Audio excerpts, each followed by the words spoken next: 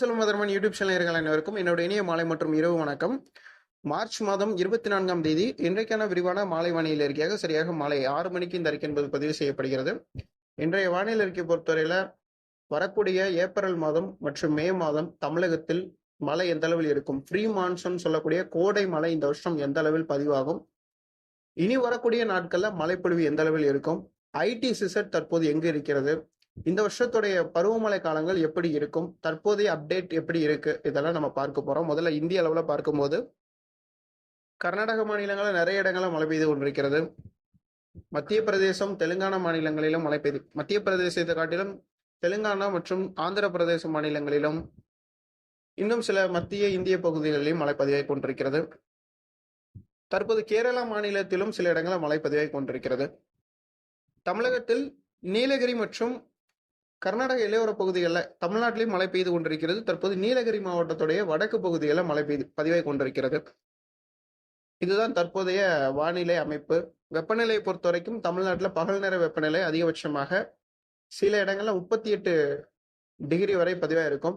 ஒரு சில இடங்கள்ல ஃபாரன்ஹீட் அதிகபட்சமான ஃபாரன்ஹீட் 100 டிகிரி வரைக்கும் தொட்டிருக்கும் என்று நினைக்கிறேன். வரக்கூடிய நாட்கள்ல தான் அந்த கோடை வெப்பத்தை நம்ம எல்லாருமே பார்க்க போறோம். எல்லா வருஷங்களையும் கோடை வெப்பம் வரும், கோடை வெப்ப அலைகள் வரும். இந்த வருஷத்தை பொறுத்தவரையில அதிகமாகவே இருக்கும். இந்த வருஷம் கோடை மழையாக இருக்கட்டும், இந்த வருஷம் தென்மேற்கு பருவமழையாக இருக்கட்டும், இந்த வருஷம் வடகிழக்கு பருவமழையாக இருக்கட்டும், நம்மளுக்கு மே மாதம் மற்றும் மே மாதம் என்றால் தமிழுக்கு சித்திரை மற்றும் வைகாசி மாதங்கள் இடைப்பட்ட காலங்கள் வரும். அதே போன்று நம்மளுக்கு தென்மேற்கு பருவமழையை பொறுத்தவரையில வைகாசி மாதம் முதல் நம்மளுக்கு புரட்டாசி மாசம் வரை தென்மேற்கு பருவமழையாகவும், புரட்டாசி மாசத்திலிருந்து கார்த்திகை மாசம் மற்றும் மார்கழி மாசம் வரைக்கும் வடகிழக்கு பருவமழை காலமாகவும் நம்மளுக்கு தமிழ்ல இருக்கும். இதுல நம்மளுக்கு இந்த வருஷத்தை பொறுத்த வரைக்கும் 2023 கோடை மழை எந்த அளவில் பதிவானதோ, கடந்த 2023 கோடை மழை எந்த அளவில் பதிவானதோ அதே அளவில் அல்லது அதை விட ஒரு கூடுதலாக 1% 2% கூடுதலாக இந்த வருஷம் மழை இருக்கும். 2023 போன்று ஒரு பெரிய அளவுக்கு கோடை மழை பதிவாகிய வருஷங்கள் கிடையாது. 2023 போன்று பெரிய அளவுக்கு வடகிழக்கு பருவமழை பெய்த ஆண்டுகளும் கிடையாது. 2023 100 வருஷங்கள் இல்லாத அளவுக்கு நம்மளுக்கு மிக பெரும் வெள்ளம் வடகிழக்கு பருவமழையில வந்தது. தென்மேற்கு பருவமழைக்கும் அதற்கு ஈடு இணையாக பதிவாகியது. கோடை மழையும் மிக சிறப்பாக இருந்தது. ஆக 3 கால தமிழகத்திற்கு கிடைக்க வேண்டிய மழைகளும் சிறப்பாக கிடைத்தது. தற்போது என்ன நடந்து கொண்டிருக்கிறது, ஏன் இந்த மந்தமான வானிலை இருக்கிறது, வறண்ட வானிலை இருக்கிறது என்று கேட்டால், பொதுவாக 2023 மார்ச் மாதம் பிற்பகுதியில் மழை தொடங்கினாலும் இந்த வருஷம் மார்ச் மாதம் பிற்பகுதியில் தற்போது பெய்ய வேண்டிய மழை ஏப்ரல் முதல் 2 வாரங்கள்ல பதிவாக போகிறது. தமிழ்நாட்டுல வரக்கூடிய பங்குனி உத்திரத்திற்கு பிறகு படிப்படியாக தமிழகம் மற்றும் புதுச்சேரியில மழை அதிகப்படியாக பல்வேறு உள் மாவட்டங்கள், மேற்கு தொடர்ச்சி மலை மாவட்டங்கள், கொங்கு மாவட்டங்கள், காவிரி நீர்பிடிப்பு பகுதிகள், தென் தமிழகம், தென் கடலோரம் என அனைத்து மாவட்டங்களிலும் ஏப்ரல் முதல் 2 வாரங்கள், இன்னும் ஒரு 6 நாள் 7 நாள் இருக்கு, ஏப்ரல் முதல் 2 வாரங்கள் நல்ல மழைப்பொழிவு இருக்கும். அதைவிட ஏப்ரல் மாதம் சரியாக 25ஆம் தேதிகளுக்கு பிறகு இன்ட்ரோ டிராபிக்கல் கன்வெக்ஷன்ஸ் ஐடி சிசட் நம்மளுக்கு கிட்டத்தட்ட அந்த காலகட்டங்கள்ல நம்மளுடைய குமரிக்கடலை ஒட்டி வர இருக்கிறது. அது குறிப்பாக ஏப்ரல் மாதம் குமரிக்கடலை தாண்டி தென் தமிழகத்தை தாண்டி மத்திய தமிழ்நாடு பகுதியில் நீடிக்கும் அந்த ஐடி சிசட்ன்றது வேற, சூரியனுடைய குத்துக்கதிர்ன்றது வேற.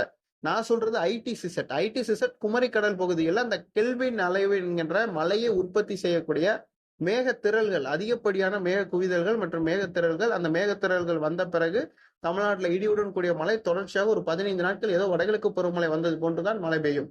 அதற்கு இன்னும் நாட்கள் இருக்கிறது. இந்த கோடை மழையில மிக சிறப்பாக மழை என்பது வரக்கூடிய ஏப்ரல் மாதம் பிற்பகுதியிலிருந்து மே மாதம் முதல் 15 நாட்கள் வரை சுமார் 20 நாட்கள் வீதம் தமிழ்நாட்டில் அனைத்து மாவட்டங்களிலும் போதும் என்று சொல்லக்கூடிய அளவுக்கு இது என்ன கோடை மழையா அல்லது வடகிழக்கு பருவமழையா அப்படின்னு கேட்கக்கூடிய அளவுக்கு, இப்படி கூட பருவமழையில பெஞ்சிருந்தா கூட நல்லா இருந்திருக்குமே அப்படின்னு சொல்லக்கூடிய அளவிற்கு நம்மளுக்கு வரும் காலங்கள் நன்றாக இருக்கிறது என்பதை நான் குறிப்பிட்டுக் கொள்கிறேன். அதுல குறிப்பாக சொல்லணும்னா ஏப்ரல் மாதத்துல பிற்பகுதியில இன்ட்ரோ டிராபிக்கல் கன்வெக்ஷன் நம்ம குமரி கடலுக்கு எப்போது வரக்கூடிய காலகட்டங்கள்ல வரும். அந்த ஐடி சிசட் பொதுவாகவே வரும்போது மழை கிடைக்கும். இந்த வருஷம் நல்ல மழை தென் மாவட்டங்களுக்கு கிடைக்கும். நீர்நிலைகளுக்கு குறைந்தபட்சம் 35% 40% வரைக்கும் நீர்நிலைகளுக்கு தண்ணீர் கிடைக்கும் இந்த வருஷம் கோடை மழையில. கடந்த ஆண்டுகள்லாம் அது அந்த அளவுக்கு பதிவாகி இருக்காது. இந்த வருஷம் அந்த அளவுக்கு மழை இருக்கும். தற்போது வரைக்கும் நம்ம பகுதியில நெகட்டிவ் ஜோன், அதே மாதிரி வந்து நம்மளுக்கு நெகட்டிவ் ஜோனாக இருந்த கடல் அமைப்புகள்லாம் தற்போது விலகி விலகி நம்மளுக்கு பாசிட்டிவ் ஜோனாக மாறிக்கொண்டிருக்கிறது.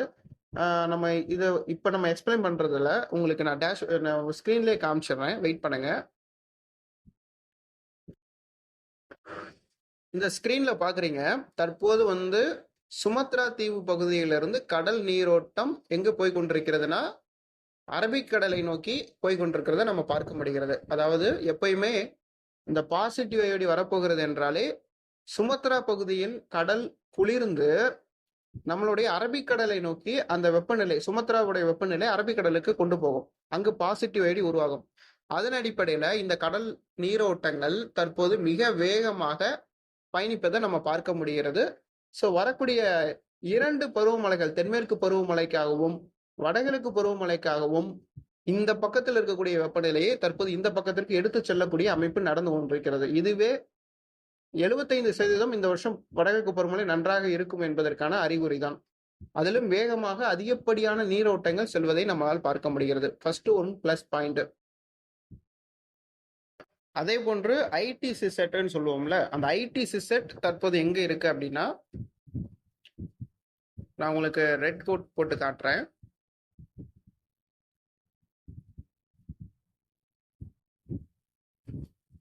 இந்த பகுதியில் தான் இந்த ஐடி சிசெட் தற்போது இருக்கு. அந்த ஐடி சிசெட்டுக்கு கீழேயும் அந்த ஐடி சிசெட்டுக்கு மேலேயும் அதிகப்படியான மழை மேகங்கள் இருக்கும்.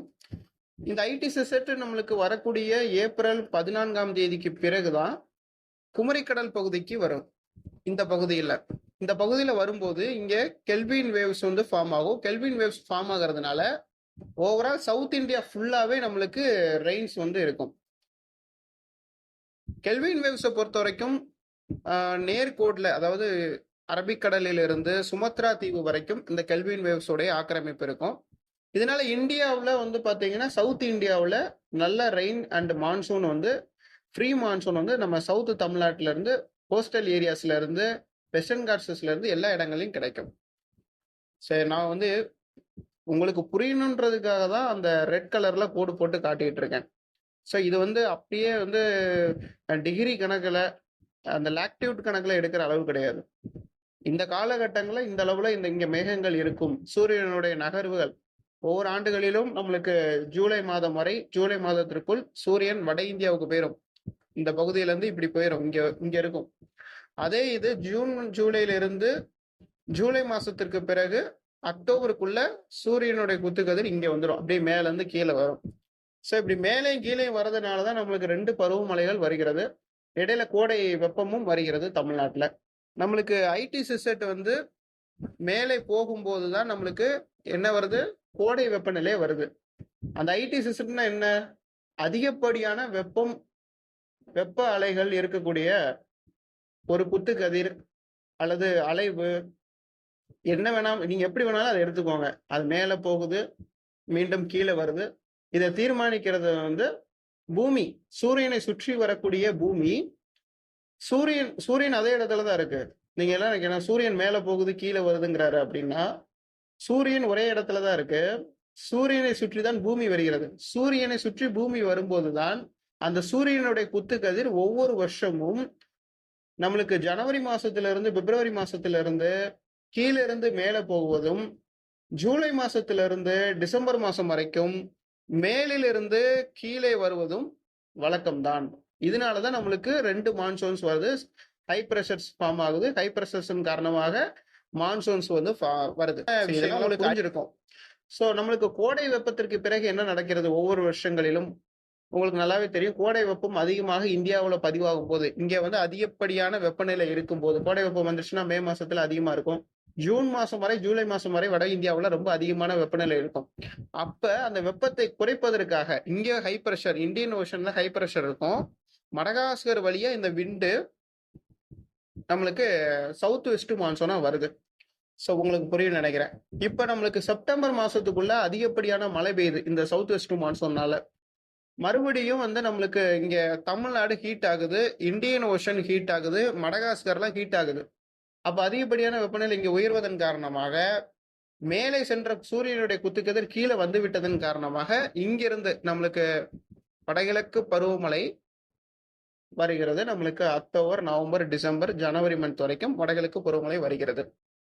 ஸோ இந்த சவுத் வெஸ்ட் மான்சூனுக்கு முன்னாடி வரக்கூடிய இந்த சம்மர் சீசன்ல தற்போது நம்ம இருக்கோம். இந்த சம்மர் சீசன்ல நம்மளுக்கு இப்போ எல்னினோ வரப்போகிறது. எல்னினோவை பொறுத்த வரைக்கும் எங்க இருக்கிறது, எல்னினோ எங்க ஃபார்ம் ஆகும், அது எல்லாருக்கும் உங்களுக்கு தெரியும். எல்னினோ வந்து எங்க ஃபார்ம் ஆகுதுன்னா கரெக்டா வந்து எக்ஸாக்டா அமெரிக்காவுடைய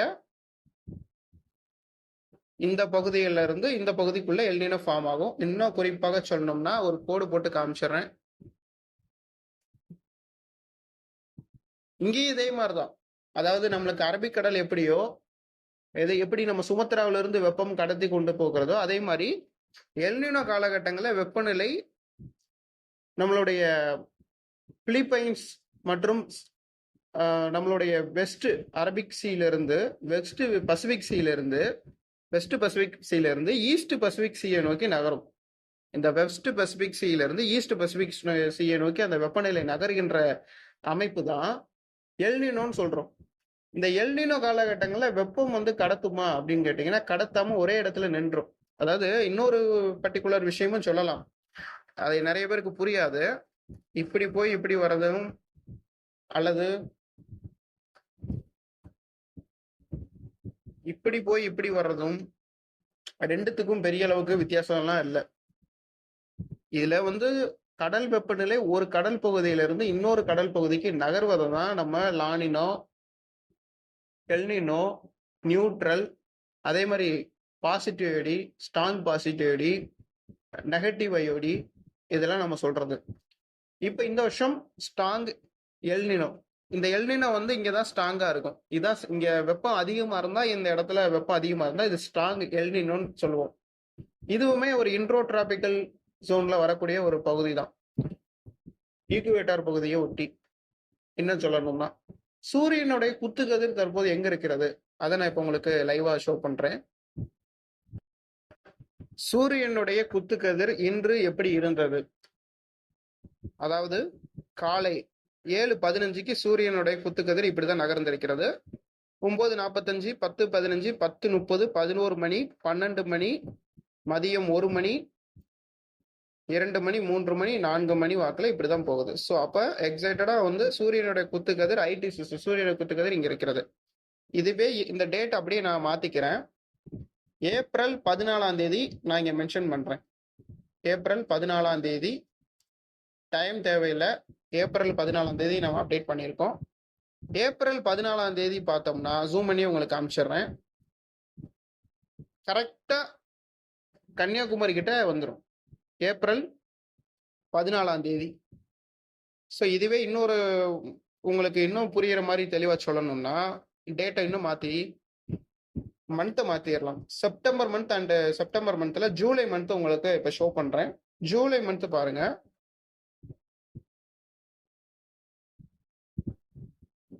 ஜூலை மந்த் வந்து நார்த் இந்தியாவில் கரெக்டாக சொல்லணும்னா நார்த் இந்தியாவில் July month 2026 July month north இந்தியாவில் சூரியனுடைய குத்துக்கதிர் இருக்கும்.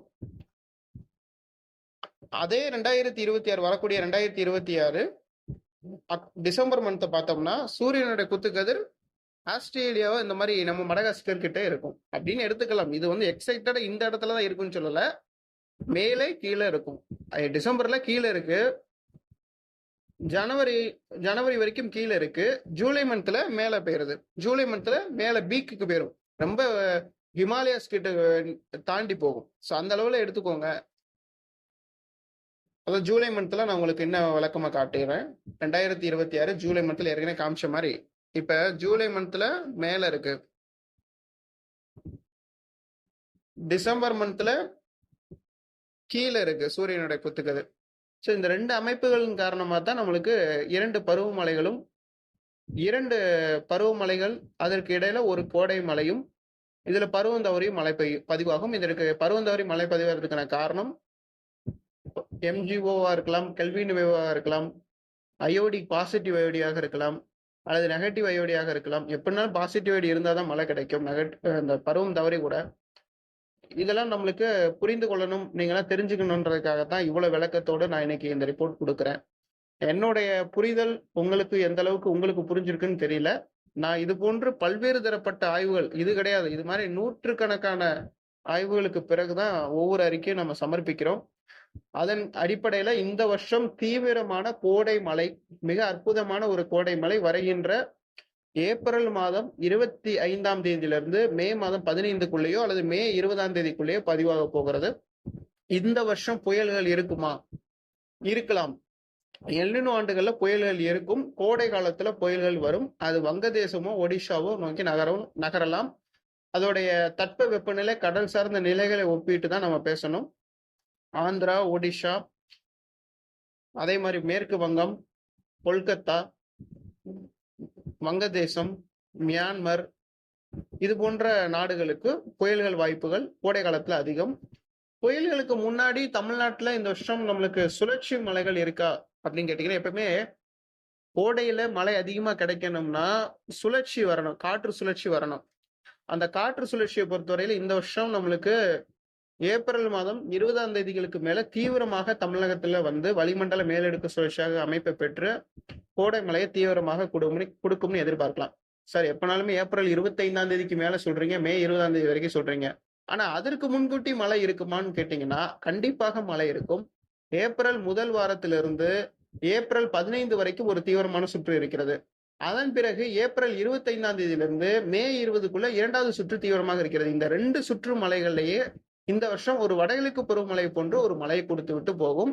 அதன் பிறகு நம்மளுக்கு தென்மேற்கு பருவமழை முதல் 2 மாதங்கள் இந்த வருஷம் இந்திய அளவில் அல்லது கேரள அளவில் முதல் 2 மாதங்கள் பலவீனமாகவும், ஆகஸ்ட் மற்றும் செப்டம்பர், அக்டோபர் மாதங்கள்ல தென்மேற்கு பருவமழை மிகவும் வீரியமாக கேரளாவில் இருக்கும்.